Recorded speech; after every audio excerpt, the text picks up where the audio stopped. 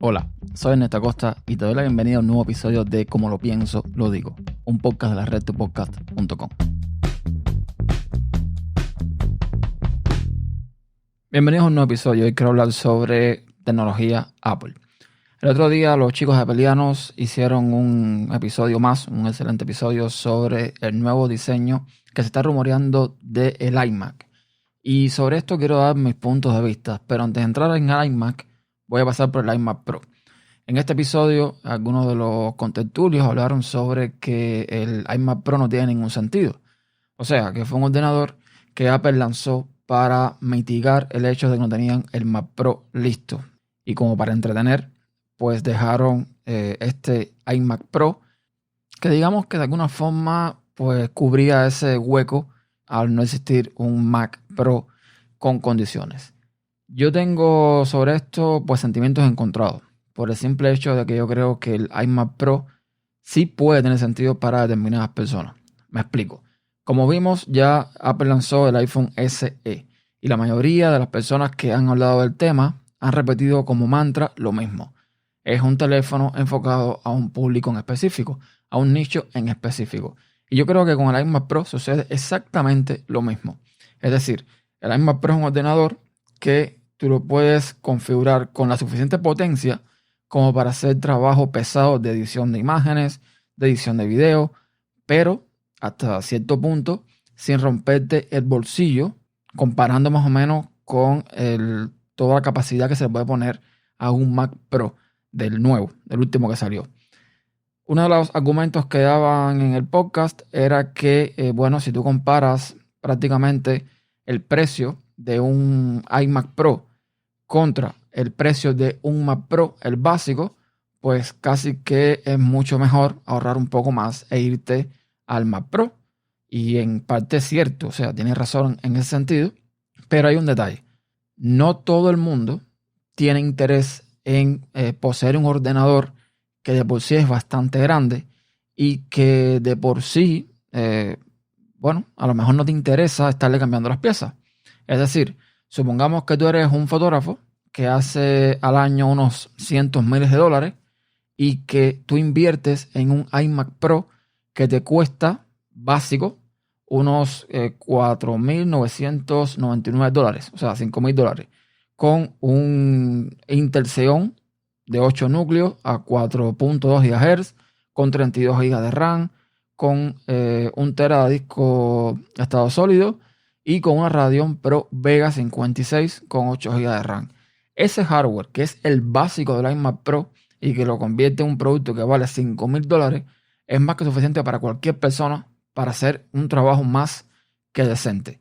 Si quieres ponerle más dinero, le puedes poner más memoria, por supuesto, le puedes poner más, potencia en procesadores, le puedes poner más disco duro, etcétera, etcétera, y ya se te va a un precio muchísimo más alto. Pero el básico, el que vale $5,000, para mí, tiene la suficiente potencia como para hacer un trabajo bastante bueno y contando de que estamos hablando de un ordenador que tiene una pantalla 5K de 27 pulgadas. Es decir, no creo que haga falta mucho más que eso. Si te compras un Mac Pro, no es solamente comprar un Mac Pro, es comprar además los monitores. A lo mejor no sé si vendrá con otros accesorios, con el teclado, supongo que sí. Pero bueno, hay que comprar muchas más cosas y va a ser mucho más dinero. Es cierto que tú a futuro te podría ser más útil comprarte un Mac Pro. Por lo que hablamos anteriormente, lo puedes de alguna forma upgradear, le puedes poner más componentes en el futuro. Pero la realidad es, señores, que no siempre hay gente que está dispuesta a hacer estas cosas. Hay gente que simplemente quiere un ordenador para un momento específico con determinada potencia y si en un futuro, 5 años, 6 años, ya ese ordenador no tiene la potencia que tú estás necesitando, pues te compras otra. Porque quien se compra un iMac Pro, quien se compra un Mac Pro es una persona que hace el dinero suficiente como para amortizar esa inversión. Entonces, desde mi punto de vista, yo creo que es un producto que sí tiene su público, que es un producto que es mucho más práctico que un Mac Pro en el sentido de que es un todo en uno, ya tienes pantalla, ya tienes todo para que funcione ahí bien, sin tener tantas cosas externas y, repito, para mí tiene algo de sentido.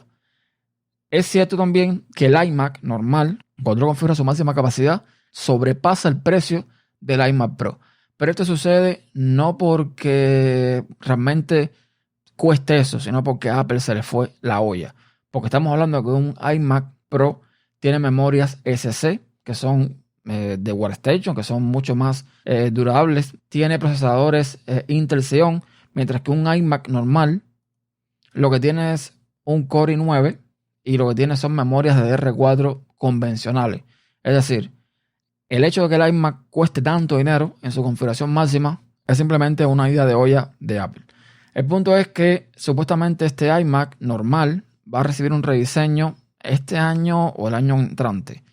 Y en el podcast apeliano pues estaban un poco como que elucubrando acerca de bueno, lo que quería cada uno y lo que desea cada uno.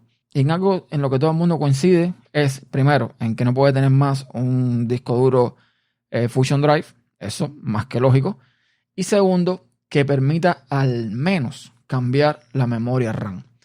Realmente yo, si nos ponemos entonces ya a pedir, yo no solamente pediría que cambiar la memoria RAM, sino también cambiar el almacenamiento. ¿Por qué?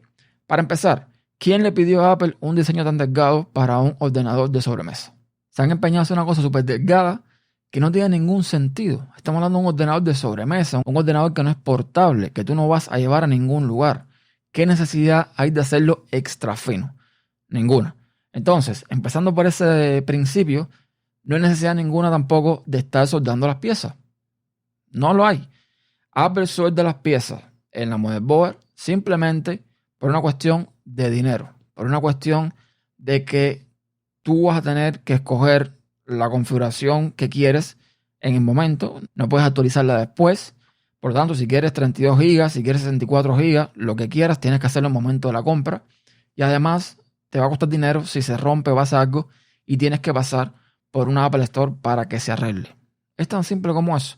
A Apple no le conviene que tú repares tu ordenador o que tú te compres un ordenador, digamos, con todo lo básico, con lo más bajo, con lo más barato, y después por tu vía tú le pongas más memoria, le pongas más disco duro y le pongas más cosas. Entonces, si yo fuese a pedir, yo pediría que se puedan cambiar no solamente las memorias, sino también el almacenamiento. No digo que el procesador, porque el procesador ya es una cosa un poco más complicada. Lleva todo el tema de la pasta térmica, del sistema de refrigeración que tenga, que no sé cuál es un iMac. Pero eso sí, memoria y disco duro no tienen excusa. Perfectamente, Apple puede tener dos, digamos, puertas o dos accesos detrás del iMac. Diseñar el motherboard para que, por ejemplo, en cada lado de la peana del soporte que aguanta el iMac tengan una puertecita. Una para la memoria y una para los discos duros. Ya no hay excusas para decir que por una cuestión de espacio no se puede poner un disco duro. Porque no estamos hablando de discos SATA, SSD. Estamos hablando de discos NVMe, que son discos, o bueno, prácticamente son pastillas, son placas muy pequeñas, como una memoria flash o el interior de una memoria flash, que no ocupa prácticamente espacio. O sea, no es cuestión de espacio en este caso. Una cosa que podría hacer Apple, por ejemplo, si no le da la gana que tú actualices tus memorias y tus discos duros, es que te vendan ellos las memorias de los discos duros que tú puedes actualizar. Es decir, un iMac más o menos modular que, bueno, por cosas del monopolio, la compañía decida crear su propio socket que sea diferente del estándar, al de la industria, y que solamente para actualizar tu disco duro o tu memoria tengas que pasar por la caja de ellos. Eso sería hasta cierto punto lógico.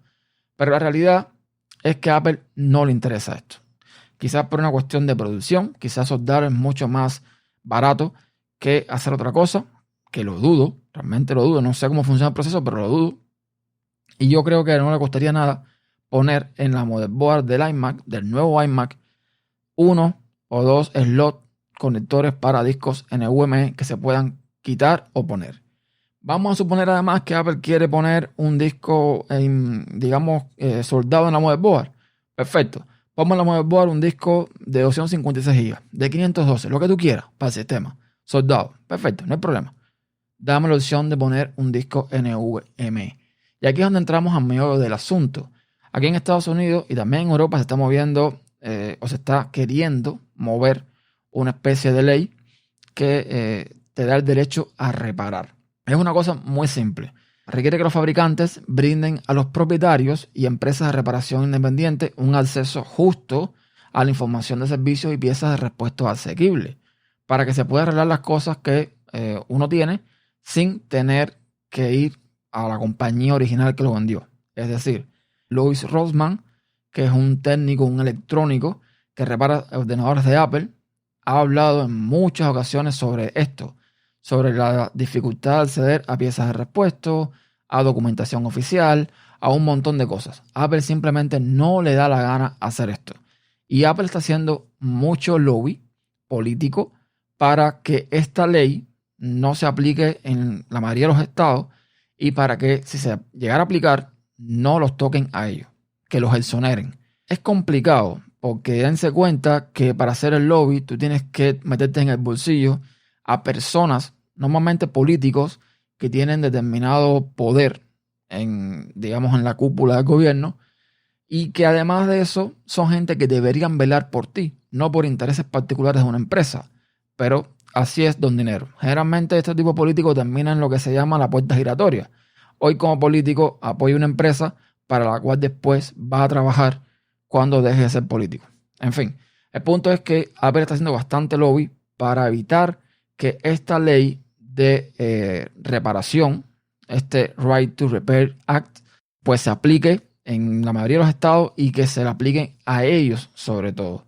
No solamente Apple, hay otros fabricantes como John Deere, por ejemplo, que no le gusta tampoco esta ley. Ellos quieren que cuando el tractor tuyo se rompa, simplemente vayas a repararlo a su compañía. Y así ellos pueden establecer los precios que quieran para las piezas y para el servicio. Apple está haciendo exactamente lo mismo. Y esto no es nuevo, esto es algo que se viene luchando contra ellos desde hace muchísimo tiempo y empezó por la industria del automovilismo. Llegó un momento en que pasó lo mismo con los vehículos, con Ford, con Chevrolet, con todas estas compañías, que de alguna forma para reparar el auto tenías que hacerlo con ellos. Ya no, ya vemos cómo hay talleres independientes donde los técnicos tienen los mismos servicios de diagnóstico, el equipamiento para ver el diagnóstico del auto, el software, los manuales, todo lo tienen. Y esto es lo que básicamente se quiere también en la industria de la tecnología, tener derecho a reparar. Porque señores, es una cosa que es de cajón. Ahora estamos viendo que con todos los servicios de streaming, que con todo el tema de la suscripción, nada es tuyo. Tú te inscribes en Spotify, tú te inscribes en Apple Music o en lo que sea, y mientras tú estés pagando, tú tienes acceso a una música que no es tuya. No es como comprar un CD-ROM, que básicamente lo tienes tú con la música en tu casa o en un lugar, en espacio físico y decides qué hacer con ello. No, ya eso no se está viendo en pleno siglo XXI. Ahora todo es suscripción y por ende nada es tuyo. Y con esto pasa exactamente lo mismo. Si tú compras un iPhone, si tú compras un iMac, si tú compras un MacBook, lo que te dé la gana comprar es un equipo físico que lo tienes contigo, en tu casa, en tus manos, en tu propiedad, es tuyo.